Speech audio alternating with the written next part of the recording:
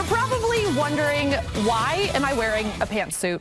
Because here at ABC 12, we mean business, just like MSU head coach Mark D'Antonio. Jack Morris's number is officially off limits in Detroit. Ladies and gentlemen, if you want to know the definition of a trap game, it's the Michigan Wolverines taking on Northwestern in Evanston. And how old did you say you were? 73.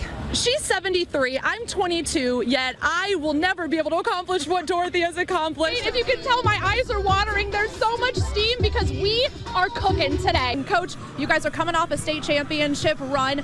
Seems like every team is gunning for you guys. How does your team handle the pressure? Ryan, the Big Ten tournament never fails to bring surprises, and maybe the biggest example of that was Michigan State's Foster Loyer. The freshman came off the bench and went 4 for 5 from three-point range. Matt McQuaid was the first Spartan to go up and cut down the net, but before he took one for himself, he climbed up the ladder, snipped off a piece, and said, "This one is for Arns." This is the Michigan team that fans have been waiting for all summer. Right now, Cassius Winston and Matt McQuaid already took the floor to get some shots up because they know this isn't just your typical rivalry game. Like you said, a lot is at stake. Michigan and Michigan State are well versed in each other's games. In fact, this is going to be the third matchup in just 21 days. Jason, you could tell Michigan came into this game with fire in their eyes after losing to Penn State on Tuesday. We have a three-way tie for first place, but the real story of the day, the comeback kids. I may need to start paying taxes in Harbor Beach if the Pirates keep playing the way that they are. I had her demonstrate and bench press me,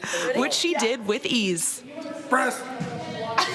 One more. Not only did Michigan State get the win over rival Michigan, this was also the Spartans' first road win in the Big Ten Conference this season. The Tigers' spring training has gotten off to a little bit of a rocky start. Detroit has lost 7 of their first 12 games, but hey, that's what spring training is for, right? Working out the kinks. The Lions are coming off their first win of the season in the most unlikely game. They beat the Patriots on Sunday Night Football. Who would have thought that would have happened?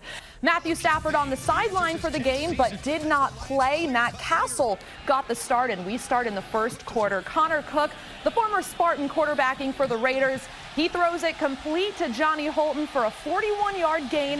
Holton pushed out of bounds by Glover Quinn. That sets up a Raiders field goal, and Oakland gets on the board first. Second quarter, Cook looking in the end zone, escapes the pocket, and look at this.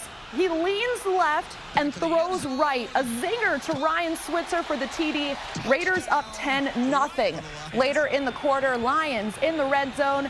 Amir Abdullah muscles his way in for 7. He had 4 TDs last season, hoping to up that number up a little bit this year, but his touchdown wasn't enough last night. The Raiders had 2 field goals in the fourth quarter, unmatched by Detroit, and the Lions fall in their first preseason game 16-10.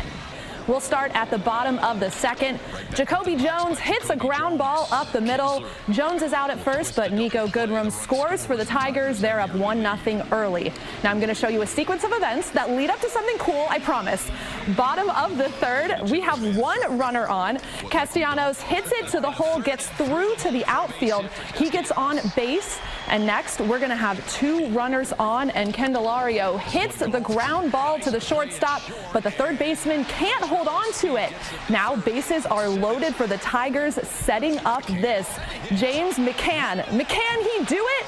I think he can. Send them all home. Grand slam for James McCann, his 4th home run of the season, and the Tigers go on to win the game 9-3. Breckenridge football is undefeated so far this season with a state title game in sight. Some might say it's the coaches, some might say it's the players, but others say it's the superstitions that got the Huskies this far. We eat the same meal, then we can't change what we eat unless we lose, and we've won every game this year, so we've eaten the same thing every Friday.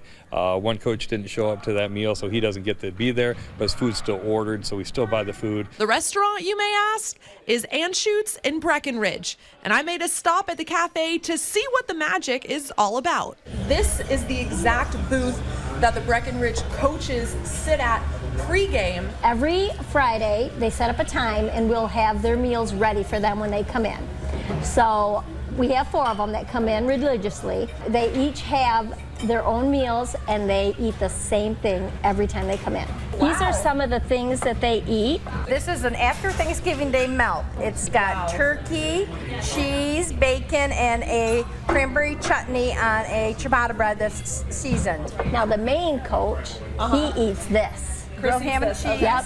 Grilled ham and cheese, and that's on Uncle Bill's grilled ham and cheese. And this is our shoot slider, and then this is our chicken rancher wrap, and then the chicken tender guy with fries sits right where you're sitting. Okay. So you'll have to try that. I will try this. That is amazing. You said there's cheese on the outside? And on the inside. And on the inside. Oh my goodness. That's what that crust is. Wow.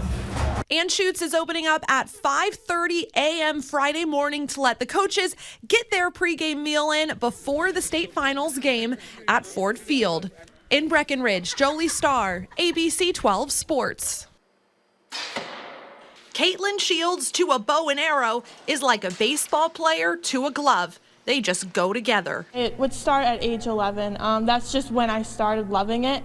And so I just shot all the time, and it just became a love for me. As soon as she was old enough, she pretty much had a bow in her hand and was practicing and following me around the woods. What started as a love turned into a full-on talent. Shields shoots in competitions all over the country as a member of the Junior Olympic Archery Development Team. At the national tournament in February, Shields finished top 5 in the women's freestyle round. So that's definitely all of my hard work, you know. I practiced so hard, and so placing top 5 definitely was an accomplishment for me, and I was very proud. And the accolades don't stop there. Last weekend, the Swan Valley senior took home first place in the state tournament, posting a perfect score of 300. She's not even near her prime yet. She's getting there. She's got a lot more years to go on this. And there's no doubt in my mind she'll be probably one of the top pros if she stays hard at it in the next probably 5 years. Shields shot herself to a scholarship at the University of the Cumberlands in Kentucky, where she'll be a part of their archery team. Just to see how difficult it is to get a bullseye, I decided to give archery a shot.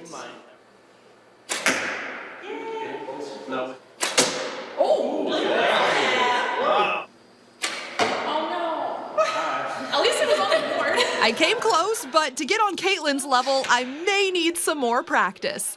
Reporting for ABC 12 Sports, I'm Jolie Starr.